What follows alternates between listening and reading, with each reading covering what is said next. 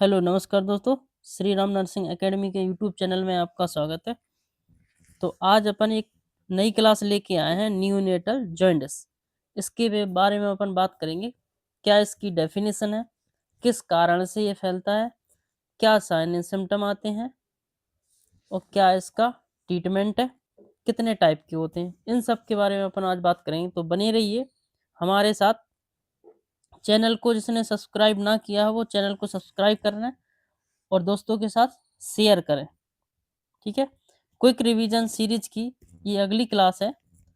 तो आज अपन बात करते हैं न्यूनेटल जॉइंटिस, मतलब जो बच्चों में पीलिया होता है वो किस कारण से होता है, क्यों होता है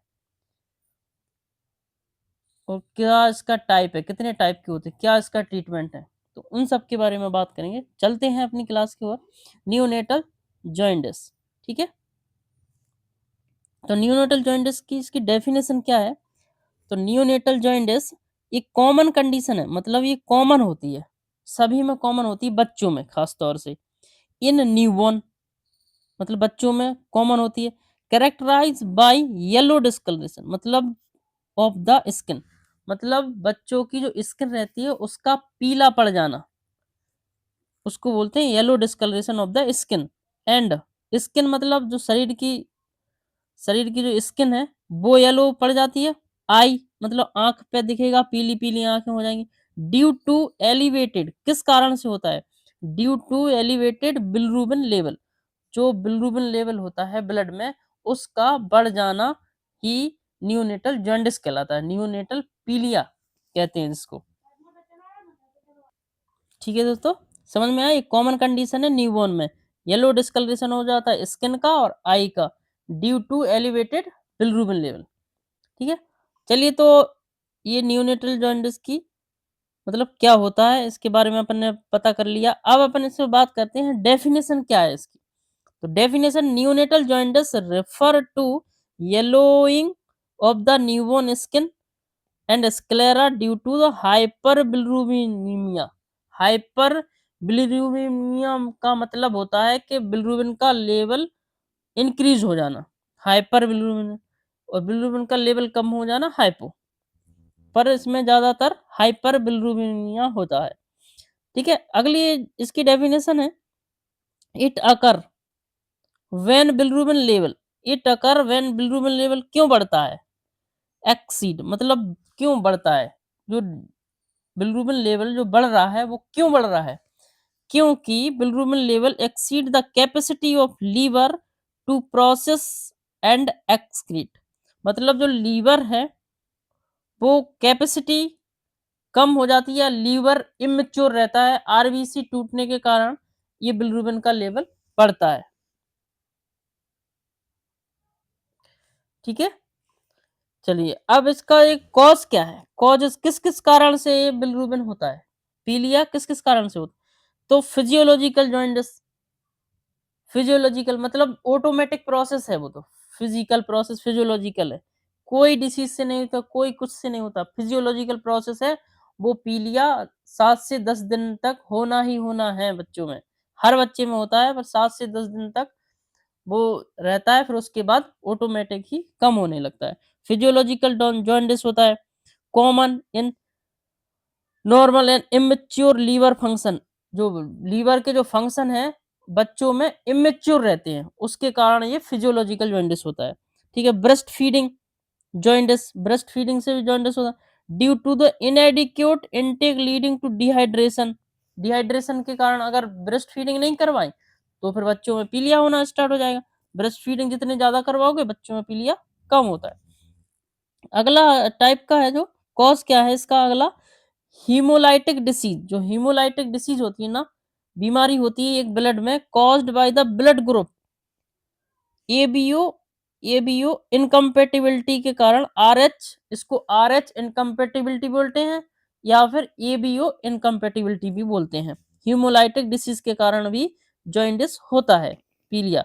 इन्फेक्शन, अगला जो कॉज है इन्फेक्शन और लीवर डिसीज, अगर किसी को इन्फेक्शन है तो उसके कारण भी होता है, और किसी को लीवर डिसीज है तो उसके कारण भी पीलिया होता है। लीवर डिसीज अगर बड़ों में है तो बड़ों में भी हो सकता है पीलिया, due to the underlying haematological causes, infection के कारण, ठीक है। कॉज किस किस से फैलता है? पहला फिजियोलॉजिकल जॉन्डिस, लीवर इमेच्योर है उसके कारण फैलता है। दूसरा ब्रेस्ट फीडिंग, अगर आपने फीडिंग नहीं करवाई बच्चे को तो भी पीलिया हो जाएगा। हीमोलाइटिक डिसीज के कारण भी बच्चे को पीलिया होता है। इन्फेक्शन हो या लीवर डिसीज हो उसके कारण भी पीलिया होता है ठीक है। अगली बात करते हैं अपन, इसके टाइप कितने टाइप के होते हैं? तो दो टाइप के होते हैं। वैसे तो तीन टाइप के होते हैं पर अपन दो ही मानते हैं। तो पहला टाइप का फिजियोलॉजिकल जॉन्डिस। फिजियोलॉजिकल जॉन्डिस जो इमेच्योर लीवर फंक्शन के कारण होता है वो फिजियोलॉजिकल जॉन्डिस बोलते हैं उसको। Appear after 24 hour and resolve within a week. मतलब अगर ये जॉइंटिस है फिजियोलॉजी तो 24 घंटे के बाद में होगा। 24 घंटे के बाद होगा, 24 घंटे से पहले नहीं हो सकता। 24 घंटे के बाद ही पीलिया होगा, उसको बोलते हैं फिजियोलॉजिकल जॉइंटिस, ठीक है। और ये कब तक रहेगा? 1 वीक, मतलब एक 7 दिन तक, सात सात से 10 दिन तक, 10 दिन तक ये रहता है फिजियोलॉजिकल। उसके बाद ये कम होने लगता धीरे धीरे, ठीक है।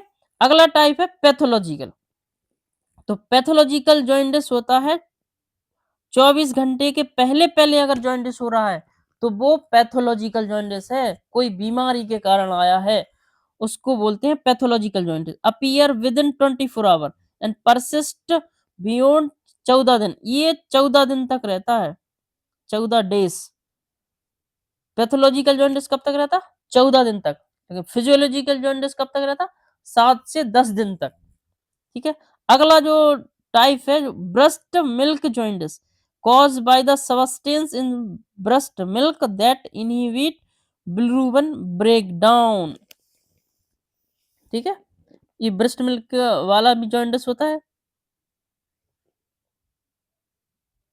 चलिए अगले चलते हैं अपन, इसके सिम्टम क्या कहेंगे? अगर ये फिजियोलॉजिकल जॉन्डिस हो गया, पैथोलॉजिकल जॉन्डिस हो गया, तो इसके सिम्टम क्या क्या अपीयर होंगे उसके बारे में बात करेंगे। तो सिम्टम एक तो आपको पता ही है, स्किन येलो हो जाएगी, पीली स्किन दिखेगी, आंख का जो स्कलर है वो पीले दिखेंगे, नाखून भी पीली दिखेगी, ठीक है। Yellow discolouration of the skin, skin और आई आपको येलो दिखेंगे मतलब पीले। लिथार्जी होगा, पुअर फीडिंग, लिथार्जी मतलब बच्चा सुस्त सा रहेगा। पुअर फीडिंग मतलब फीडिंग नहीं करेगा, दूध नहीं पिएगा बच्चा। और अगला है dark urine and pale stool आएगा, डार्क यूरिन आएगी और पेल मतलब पीला पीला स्टूल आएगा, ठीक है। अगला है in severe cause, severe case में इरिटेबिलिटी होगी, मरीज इरिटेबिलिटी होगी। एंड हाई पिच क्राई में अकर, मतलब जो बच्चा रोएगा बहुत हाई पिच क्राई होगी। अगर ये सीवियर हो गया जॉइंटिस तो वो क्या करेगा, उसको इरिटेबिलिटी होगी, बच्चा चिड़चिड़ापन होगा और हाई पिच क्राई में अकर, हाई पिच के साथ रोएगा बच्चा खूब सारा। ये सिम्टम है। येलो डिस्कलरेशन स्किन, लिथार्जी हो जाएगा, पुअर फीडिंग, बच्चा फीड करना बंद कर दे, और डार्क यूरिन और स्टूल कलर होगा, पेल स्टूल। सीवियर कॉज में इरिटेबिलिटी होगी, हाई पिच क्राई करेगा बच्चा। अगला जो अपन चलते हैं, अब इसको डायग्नोस कैसे करेंगे? तो अपन इसको डायग्नोस करेंगे visual examination for the yellowing of skin and sclera. अपन स्किन को देखेंगे, अगर पीली स्किन दिख रही है, या फिर आंखों में देखेंगे अगर स्कलरा पीला है, येलो है, तो अपन उसका टेस्ट कराएंगे, एलएफटी कराएंगे या बिलिरुबिन करा लो सीधा, ठीक है। मेजरमेंट कराएंगे सीरम बिलिरुबिन लेवल, ठीक है। फिर अगला जो डायग्नोसिस टेस्ट है, कॉम टेस्ट कराएंगे to check for haemolytic disease तो नहीं है। Coombs test, direct Coombs test और इनडायरेक्ट कॉम टेस्ट दो कराते हैं अपन, ठीक है। कॉम टेस्ट भी करा लेंगे। फिर अपन इसमें ब्लड ग्रुप और RH typing of mother and baby दोनों का ब्लड ग्रुप करा लेंगे। माँ नेगेटिव तो नहीं है, बच्चा पॉजिटिव तो जन्म नहीं हुआ, इसके बारे में अपन बात कर लेंगे डायग्नोसिस करा के, ठीक है। फिर चलते हैं, इसके डायग्नोसिस के बाद अपन ट्रीटमेंट क्या देंगे इसका। और डेफिनेशन पढ़ ली, सारे कॉज पढ़ लिया, सारे सिम्टम पढ़ लिया, और इसके डायग्नोसिस पढ़ लिया। अब ट्रीटमेंट, ट्रीटमेंट कैसे करेंगे? तो इसका पहला ट्रीटमेंट है फोटोथेरापी दे दो, धूप दिखा दो बच्चे को।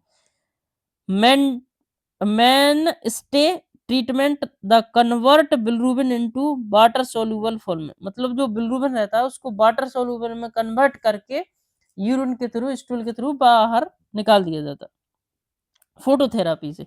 ठीक है, एक्सचेंज ट्रांसफ्यूजन करेंगे फॉर सीवियर केस में, नॉट रिस्पॉन्डिंग फोटो, अगर फोटोथेरापी से रिस्पॉन्ड नहीं कर रहा तो अपन इसको फिर ब्लड ट्रांसफ्यूजन के द्वारा ही इसको एक्सचेंज करेंगे, जो ब्लड है वो निकालते रहेंगे और अगला ब्लड डालते रहेंगे, ऐसे करेंगे हम। ठीक है, एडिक्यूट फीडिंग, अगर ब्रेस्ट फीडिंग नहीं तो उसको एडिक्यूट फीडिंग कराएंगे, हेल्प एनहेंस बिलरूबिन एक्सक्रीशन के लिए फीडिंग कराएंगे, जब वो फीडिंग करेगा तो बाथरूम करेगा, बाथरूम के थ्रू भी बाहर निकल सकता है। फिर ट्रीटमेंट अंडरलाइंग कॉज एग्जाम, जैसे इन्फेक्शन है तो इन्फेक्शन को कम करो, ब्लड इनकम्पेटेबिलिटी है तो उसकी भी अपन दवाई चलाएंगे। ठीक है, ये ट्रीटमेंट है। फोटोथेरापी भी दे सकते हैं, फोटोथेरापी में मशीनों के द्वारा भी दे सकते हैं, आप धूप भी दिखा सकते हैं बच्चों को। एक्सचेंज ट्रांसफ्यूजन करेंगे सीवियर केस में, और फीडिंग भी दिलवाएंगे बच्चे को। और ट्रीटमेंट अंडरलाइंग कॉज, जैसे इन्फेक्शन है तो इन्फेक्शन का ट्रीटमेंट देंगे, ब्लड इनकम्पेटेबिलिटी, ये भी इनकम्पेटेबिलिटी तो उसका अपन रोगाम वगैरह जो भी है। ठीक है, ये ट्रीटमेंट हो गया। अब अपन बात करते हैं प्रिवेंशन क्या है इसका। Early adequate breast feeding, prevention ये है कि अपन को ब्रेस्ट फीडिंग जितने जल्दी हो सके बच्चे को ब्रेस्ट फीडिंग कराना है। अगला जो prevention, monitoring bilirubin level in at risk newborn, मतलब जो मॉनिटरिंग करना है अपन को बिलरूबिन लेवल को, किसमें, जो बच्चे होते हैं ना, तो अपन मॉनिटर करेंगे बिलरूबिन लेवल को। ठीक है, blood type screening during pregnancy, pregnancy में अब हम ब्लड टाइप करा लेंगे कि ए बी नेगेटिव तो नहीं है, माँ नेगेटिव तो नहीं है, और या फिर ए बी बच्चा पॉजिटिव तो पैदा नहीं हुआ, उसके बारे में अपन बात कर लेंगे, ब्लड टाइपिंग करा लेंगे पहले ही। ठीक है, जब प्रेगनेंसी होगी तभी। ठीक है, prompt management of infection in neonate, neonate के जो इन्फेक्शन है वगैरह है, उसको भी अपन ट्रीट कर लेंगे पहले। ठीक है, ये प्रिवेंशन था। अगला अपन चलते हैं कॉम्प्लिकेशन क्या है इसका, इसके कॉम्प्लिकेशन भी होते हैं। कॉम्प्लिकेशन है करनिकटेरस, करनिकटेरस मतलब ब्रेन में अगर बिलरूबिन का लेवल बढ़ गया, बिलरूबिन अगर ब्रेन तक पहुंच गया, पीलिया माइंड में चढ़ गया, पीलिया ब्रेन तक पहुंच गया, तो उसका बोलते हैं करनिकटेरस, ब्रेन डैमेज कर देता है due to very high bilirubin level, अगर ज्यादा बिलरूबिन लेवल हो गया है तो ये ब्रेन को डैमेज कर देगा, और ब्रेन को जैसे डैमेज करेगा तो उसको बोलते हैं करनेक्टेरस।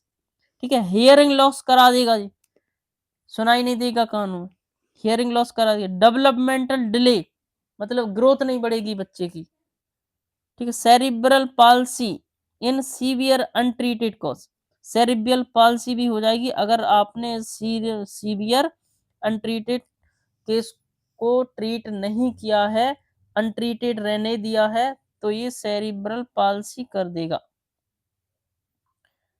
ठीक है, अगला समरी क्या है इसकी, पूरा सार क्या था। Neonatal jaundice common but usually benign, मतलब कॉमन है पर ये यूजली विगन है।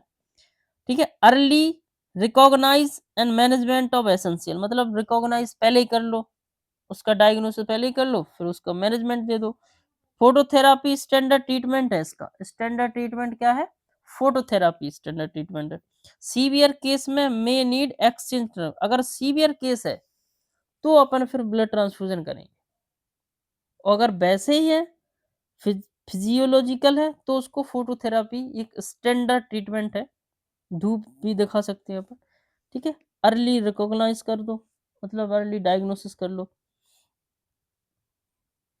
ठीक है दोस्तों, तो ये आज की क्लास अपनी यहीं पर समाप्त होती है।